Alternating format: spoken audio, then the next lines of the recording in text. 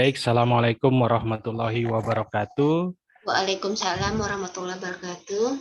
Salam sejahtera buat kita semua, selalu semangat, khususnya buat kita yang masih diberikan cobaan ya dalam era pandemi ini dan tetap semangat kita berkarya walaupun mungkin ada yang di rumah positif, isoman dan sebagainya ya.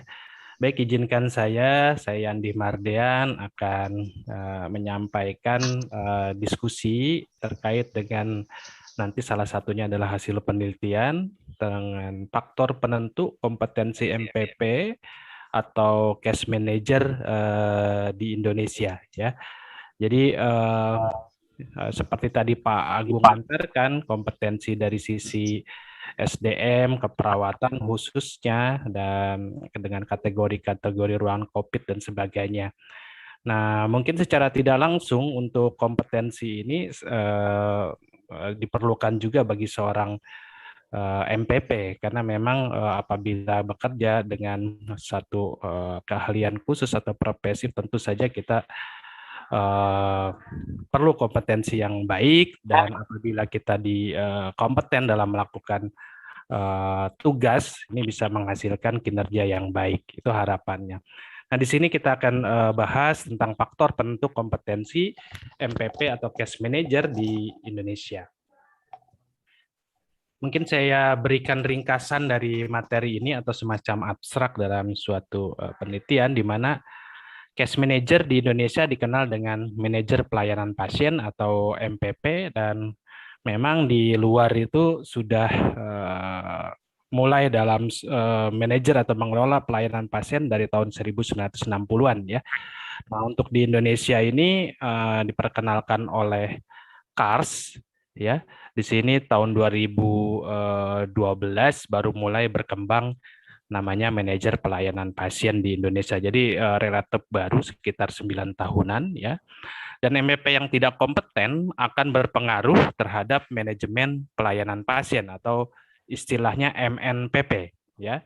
Yang diberikan dan sering berakibat ini merugikan pasien, merugikan keluarga dan juga merugikan rumah sakit. Nah, peningkatan kompetensi MPP penting untuk dilakukan, namun sebelumnya perlu mengetahui determinan atau faktor yang mempengaruhi kompetensi MPP di Indonesia ya.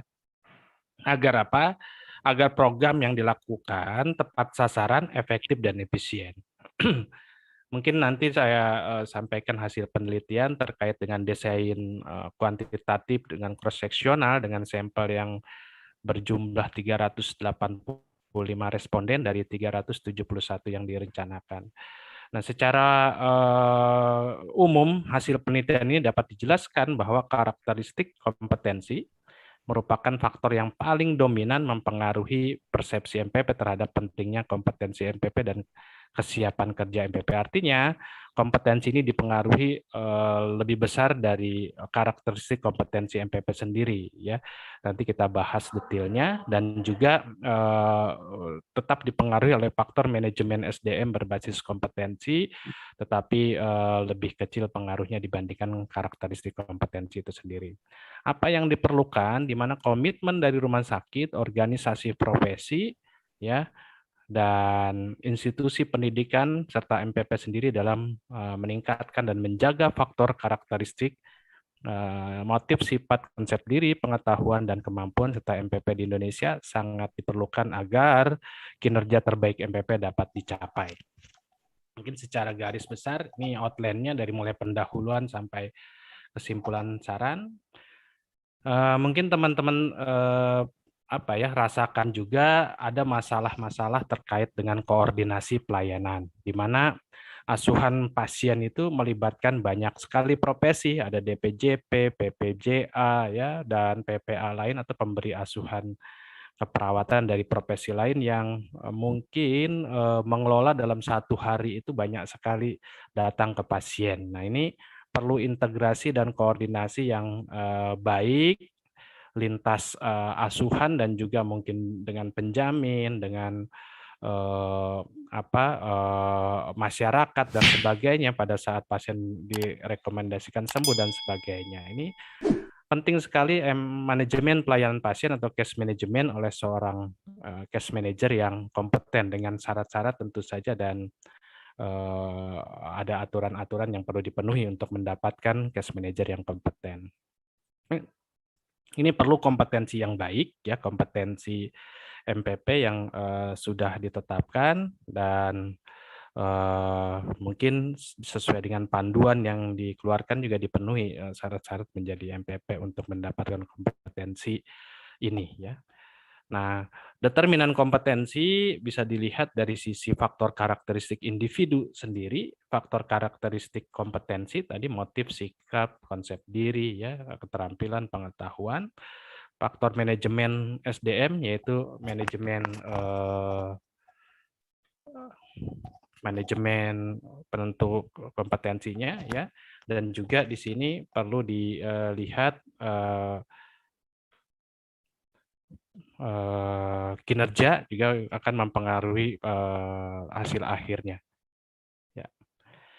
Nah, pengertian MPP sendiri, ya, adalah manajemen pelayanan pasien merupakan bentuk koordinasi pengelolaan pelayanan pasien yang terintegrasi. Ini berbagai sumber banyak sekali kalau kita cari literatur di luar, tapi ketika kita coba searching di Indonesia memang masih relatif terbatas, ya. Dan manajemen pelayanan pasien adalah pengelola kasus, sistem pelayanan, model praktik kolaboratif di rumah sakit yang memfasilitasi pasien, perawat, pekerja sosial, dokter, tenaga kesehatan sebagai profesional, pemberi asuhan lainnya, keluarga dan masyarakat, ya.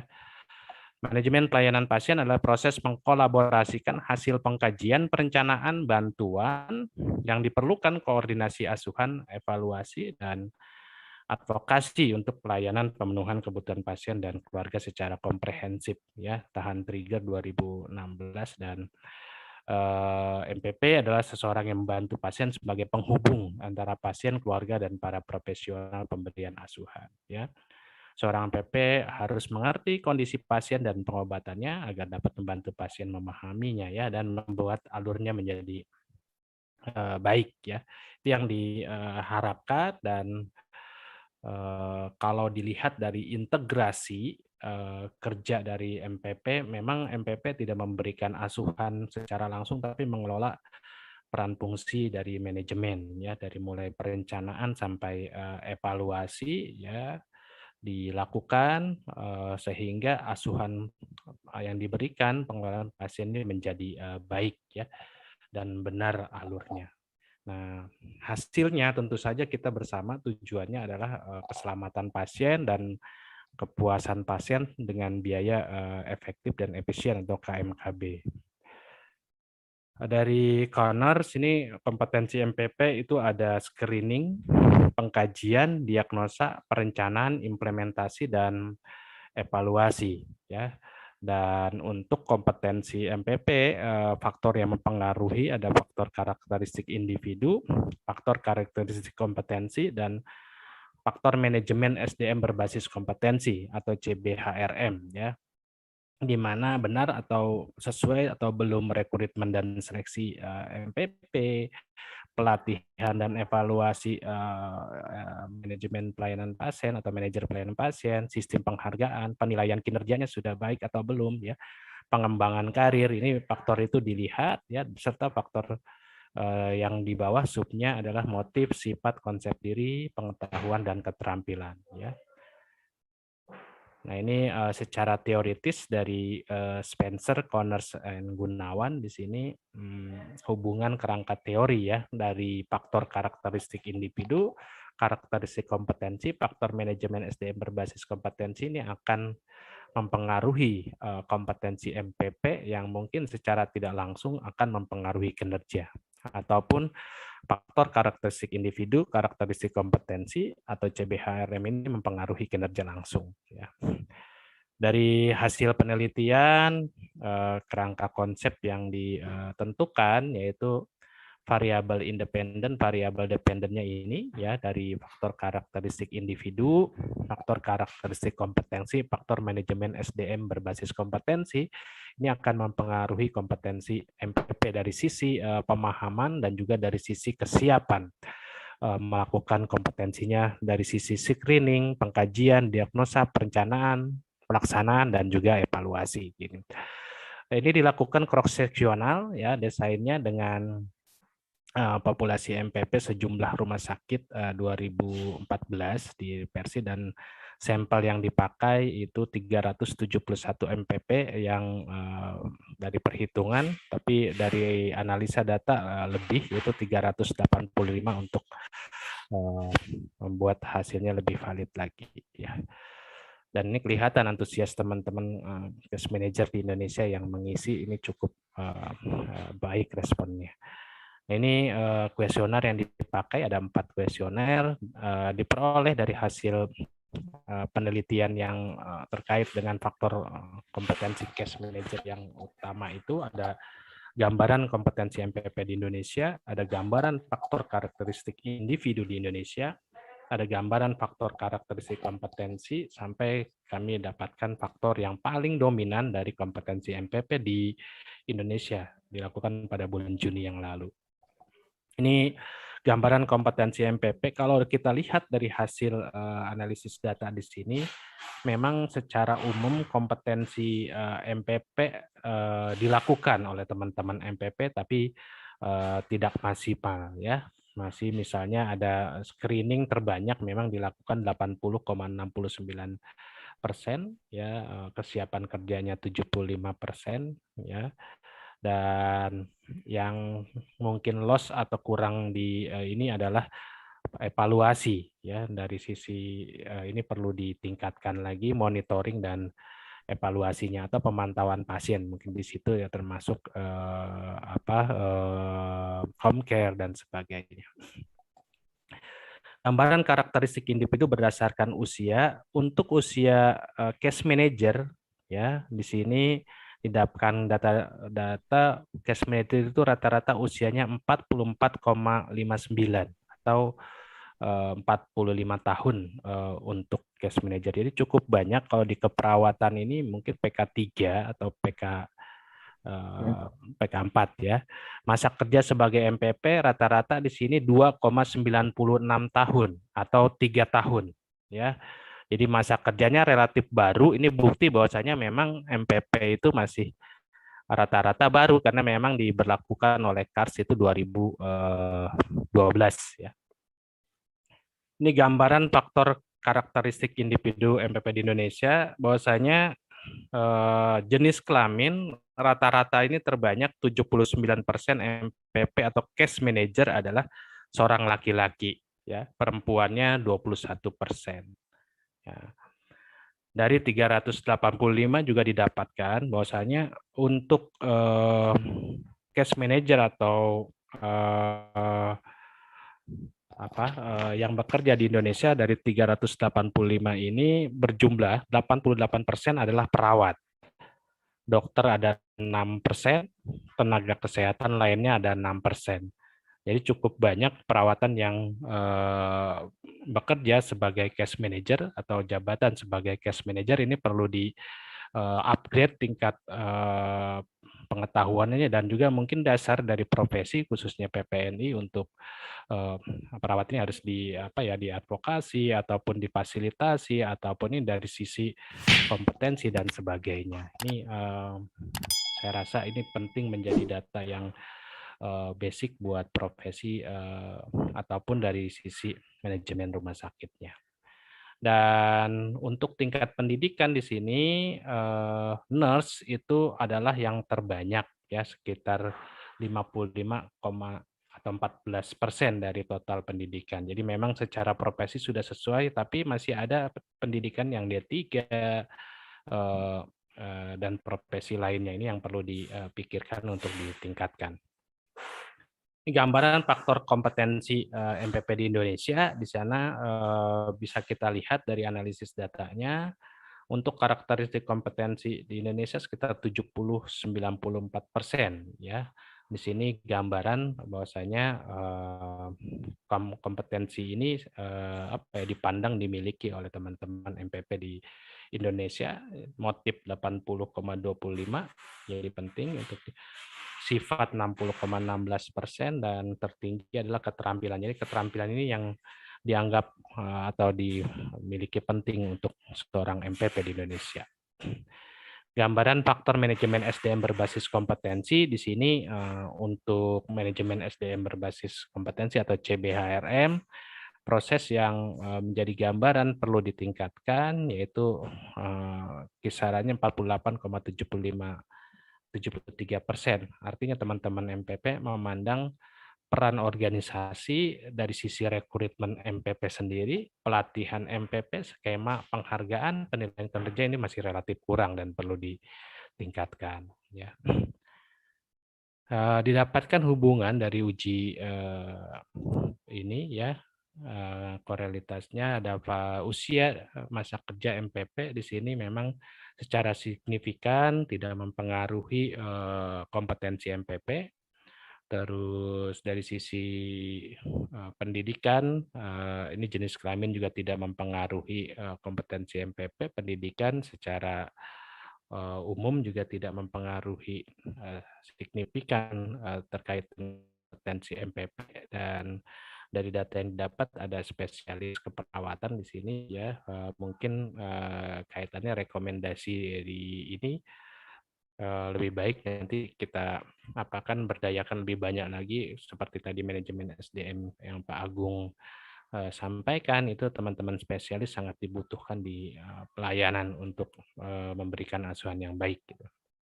Hubungan faktor karakteristik kompetensi dengan kompetensi MPP di Indonesia di sini motif sifat konsep diri pengetahuan keterampilan signifikan sekali mempengaruhi kompetensi MPP ya atau case manager, di mana hubungannya positif, semakin tinggi motivasi, sifat konsep diri, pengetahuan keterampilan, ini akan semakin baik kompetensi MPP. Jadi memang bisa dijadikan fokus kerja manajemen rumah sakit ataupun organisasi profesi ataupun pendidikan ya atau MPP sendiri untuk meningkatkan motivasi, sifat, konsep diri, pengetahuan keterampilan melalui program-program yang direncanakan. Itu menjadi penting dari makna hubungan karakteristik kompetensi dengan kompetensi MPP di Indonesia, sehingga nanti kinerja akan baik gitu.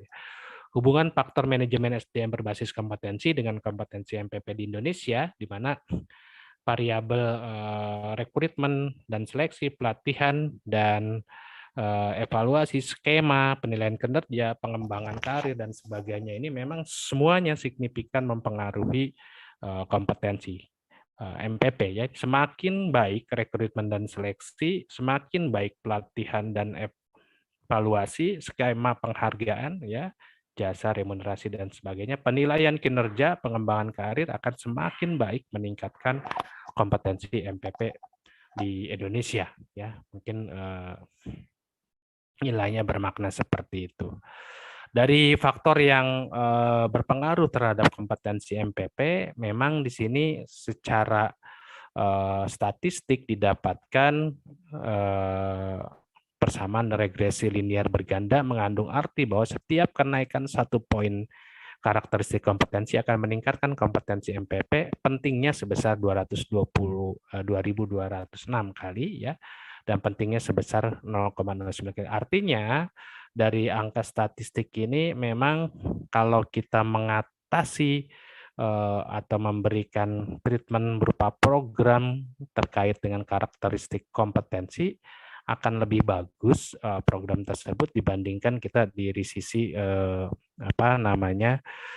manajemen SDM berbasis kompetensi yang hanya berpengaruh 0,09 kali gitu ya. Tapi dua-duanya memang perlu, tapi perlu dilihat prioritas utamanya. Itu dari sisinya. Nah, ini secara umum hasil atau presentasi hasil penilaian MPP di Indonesia terkait gambaran kompetensi MPP yang dijalankan selama bekerja sebagai MPP seharusnya masih bisa ditingkatkan lagi ya. Perlu ditingkatkan dari sisi peran fungsi ya, fungsi perencanaan sampai dengan pengendalian ya. Implementasi manajemen pelayanan pasien di Indonesia masih relatif baru ya. 9 tahun itu kalau di perkembangan organisasi ya masih relatif baru ya, apalagi ya perlu dibangun dari mulai dasar pondasinya ya, misalnya standarnya perlu dibuat, level kompetensinya perlu dibuat, baru kita bisa mengembangkan kompetensi dengan baik ya.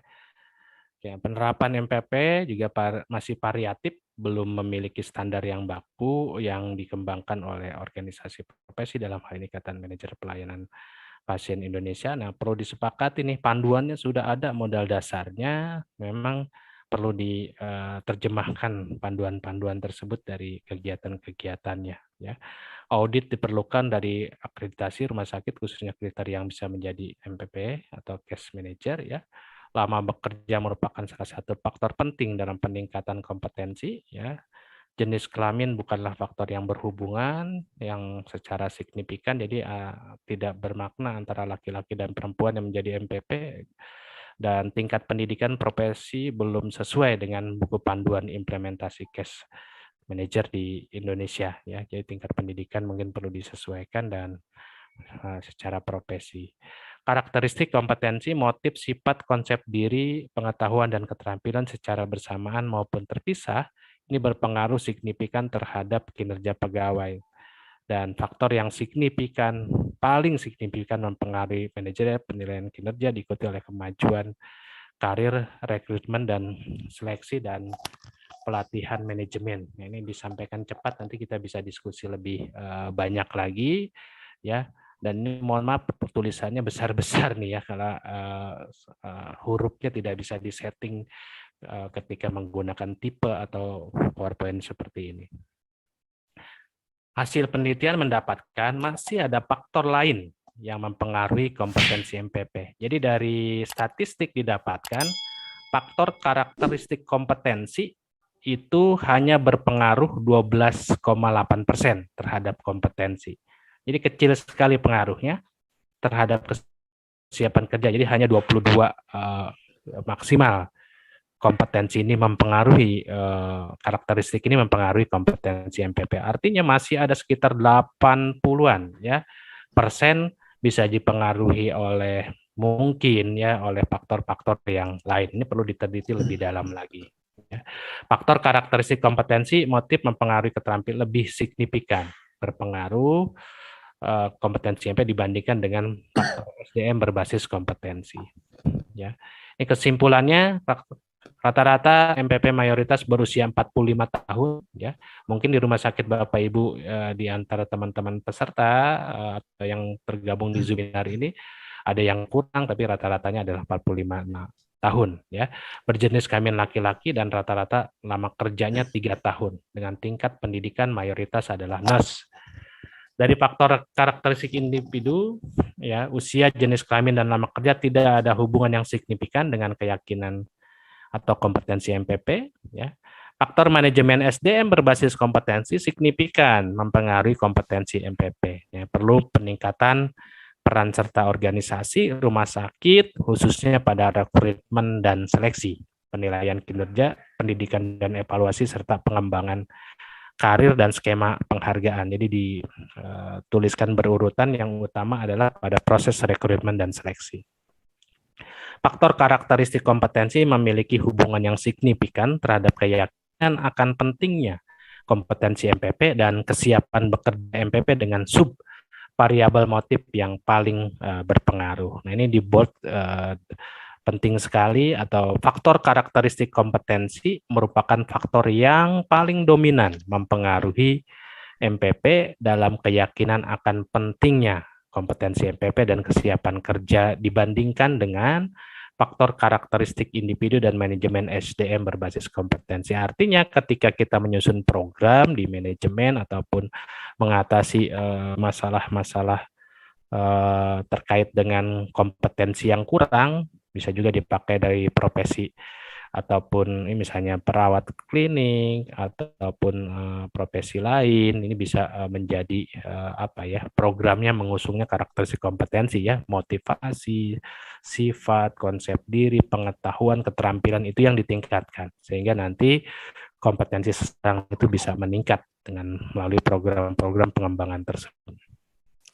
Saya rasa itu yang perlu disampaikan ataupun kita sebagai sharing hasil diskusi. Dan di sini saya lihat hadir teman-teman case manager, mungkin ketua umumnya juga hadir nih di sini, Pak Andi dan juga Pak Sekjen, Pak Agus ya, yang sudah memfasilitasi penelitian ini dengan baik, dibantu, dan juga mungkin hadir ya guru-guru kita nih di sini yang memfasilitasi proses bimbingan dan sebagainya, sehingga penelitian-penelitian seperti ini perlu ditingkatkan kembali ya. Ada Pak Rahman dan sebagainya.